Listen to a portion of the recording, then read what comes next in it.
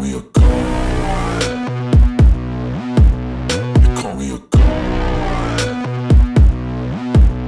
They call me a god. They call me a god. Let's go. I'm about to go off like a weapon. Fuel to the top, gotta feel the vengeance. In my thoughts. Welcome back, everybody. Hit that like, hit that subscribe, comment down below. Let me know what you think about this video. Today, we're going to take a look at the biggest draft needs that we have for this 2023 draft. I'm kind of excited. You know what I'm saying? Like, let's see what we do. I don't know if we're trading up, trading down. You know, I don't know what we're doing in this draft, but we're going to talk about today what we need to get done in this draft, or what the players that we need. I don't know the exact names. You know, I've given you mock drafts, but what we do need to address in this drafting. So number five is going to be, I know people are going to hate me for saying this, but it's going to be running back. I mean, number 5 is going to be running back. We don't necessarily need a running back coming out of this draft. There's Dalvin Cook on the table. You know, I think we might, because, you know, we need to acknowledge that position, but we do have a lot of players that could be in there. And I think this could be one of those smoke and mirrors type thing where we don't even try and get a player that is a running back in this draft. We just trade for someone outside of it later on. You know, I think it is still a need on our team. I think most of the running backs that we have on the roster, they have not stayed healthy, and that is a problem. We need a consistent presence in the backfield. But you know, there's running backs come out every single year, and next year we will have a multitude of draft picks. So it's going to be a little different next year, where we can pick and choose what we want to get. You know, this year, unfortunately, Stephen Ross, you know, did something that was, you know, not good. He didn't hide it very well, and we lost a first round draft pick, but we should have had one. But right now we're not working with much. And what I can say is that we do need a running back, but I think that we can get that next year, or we can trade for that, or we can even just use the running backs that we have on the roster right now.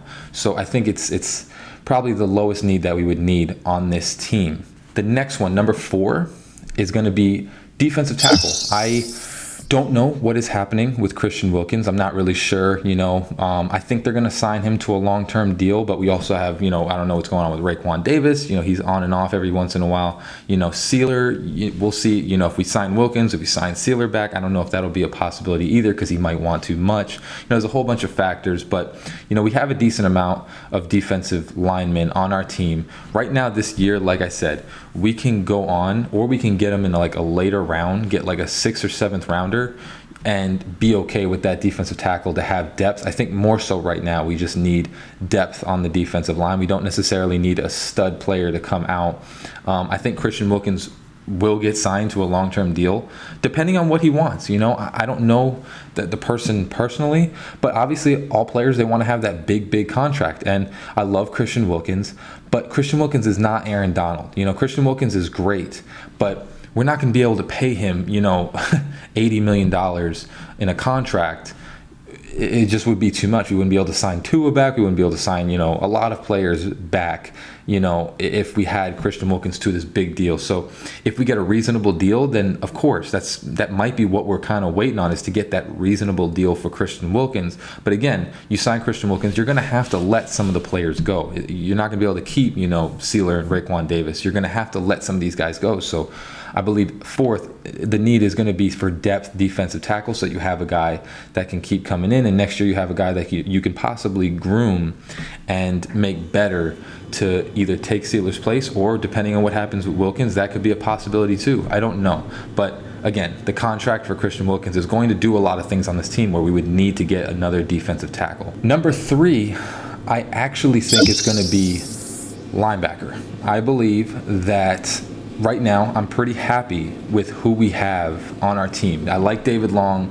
I like Jerome Baker can hold it down for another year. You know, I don't like his contract. Obviously, I don't think anybody that's a Dolphins fan likes his contract, but I think he can hold it down. But I do think that David Long has gotten injured most of his career, so it's going to be tough to rely on him fully. I hope he can have a full season. You know, that would be fantastic. But again, he does get injured, and that has been his kind of Achilles heel throughout his career. And Jerome Baker, you know, coverage-wise, he's not really that great. So we'll see what Channing Tindall does. But I think, you know, that it is an underlying need that if we could possibly find a Dion Henley or the guy from Clemson, forgot his name. God, why am I forget his name? I forgot his name. But the linebacker from Clemson, or one of the other ones, the guy from Arkansas. Forgetting everybody's name. I just came back from the gym, so a little tired. But if we can get one of those guys too, I wouldn't be mad about it. I think we do need to have maybe another presence of linebacker, just depending on what David Long, does this year. If he gets injured, I'm not 100% on him, and Jerome Baker does need help in coverage. I think Vic Fangio will help the players as well, but a third need, I definitely would go with linebacker, because there are some linebackers in this draft that we can groom and breed and, make them into the guys that we want. So not necessarily, the biggest need, but I think linebacker would be a good possibility, in the third-ish round. Okay, number 2, we are going to go, I know there's going to be 2 toss-ups. I know everybody's going to be going with these two different types of positions, but I'm going to go tight end. I think we do need a tight end. Obviously, Durham Smythe he's not going to be the guy. I don't think he will be. He might.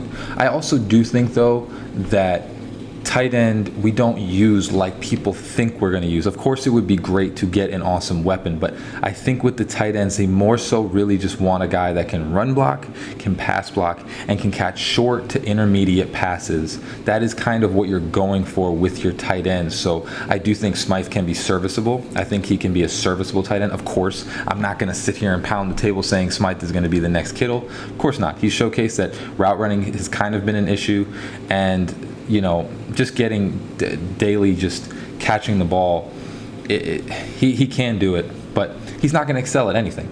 Smythe is not going to excel at anything. Tanner Connor's still on the roster. We'll see what he can do. He can be a weapon, but I do think second is going to be tight end, just because we do need a guy that can make some plays. I don't think we're going to get a guy that can't block, because that would be ridiculous. There's a lot of tight ends in this draft that they can't block, so it would be ridiculous to let Gesicki go and then have a guy that can't really necessarily do what Gesicki could do when it comes to catching the ball, and also can't block. It would just make no sense to get something like that. But I do think we need to get, like a Luke Musgrave or a Tucker Kraft, one of the Darnell Washington if he's there, one of those guys that can block and also can they can get those tight end types of catches. Everybody knows what a tight end type of catch is, where it's just basically, you have that catch. It's going to be a seam route, and a corner, a 5 and out, those things that could just give you those tight end catches, those first downs.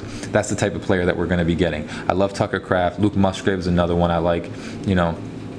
I think tight end might be second fiddle to the number 1 guy. So obviously everybody's talking about this, and I'm going to talk about it too. So the number 1 need that we need to get out of this draft, we need to get an offensive lineman. An offensive lineman, I mean, it looks like they're giving Austin Jackson another chance. I believe in that. I think he can do okay. I think he can be serviceable. I don't know if he's going to be the greatest tight end ever, but I do think that tight end. I think he can be, not the greatest right tackle ever, but I think he can be serviceable. And we'll see. Maybe he can turn into something different. But I do think that left guard position, I do think either left guard or center, one of the two, I think we do need to address those, because Connor Williams can play either one. But they need to see which one Connor Williams will excel at. He looked really good as a center. So we could keep him at center and get a left guard, but I do think we need to get at least, a higher end offensive lineman. It's most likely a second.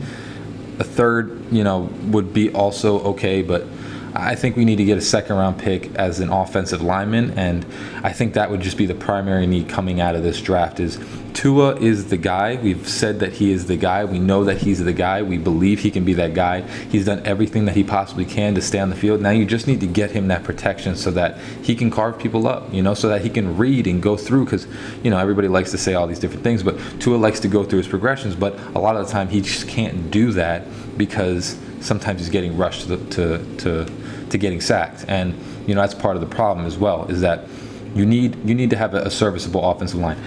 The biggest problem is that Teron Armstead, we all love him. We know when he's on the field he's great. It's just Teron Armstead gets injured a lot, and that is also an issue. So you have to take into account that when it comes to your full offensive line, Robert Hunt stays healthy, Connor Williams stays healthy, and the rest are always on and off the field.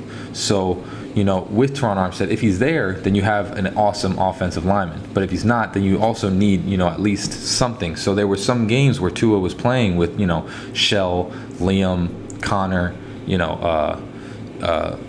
Christian, and Robert Hunt, and it's like, okay, you have mostly backups on this line. You need to come out of this draft getting a guy that can stay on the field and can excel at whatever position that he is in, and then obviously see if Austin Jackson is good, and then if not, then you just trade for an offensive lineman first or second week. You judge kind of based upon where he's at. If he does good, then you keep him there. If he's serviceable, then you keep him there. But obviously if he doesn't do good this year, then you get a trade going and call it a day. So these are going to be the top needs that I think coming into this draft is what we need. We need to get these. All of these I think we should exit out of it, or at least 3 out of the 5 we should leave with in this draft, because these are the needs that we would need on our team. Most of the other positions are kind of set.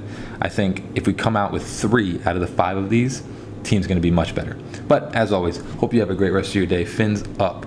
Peace.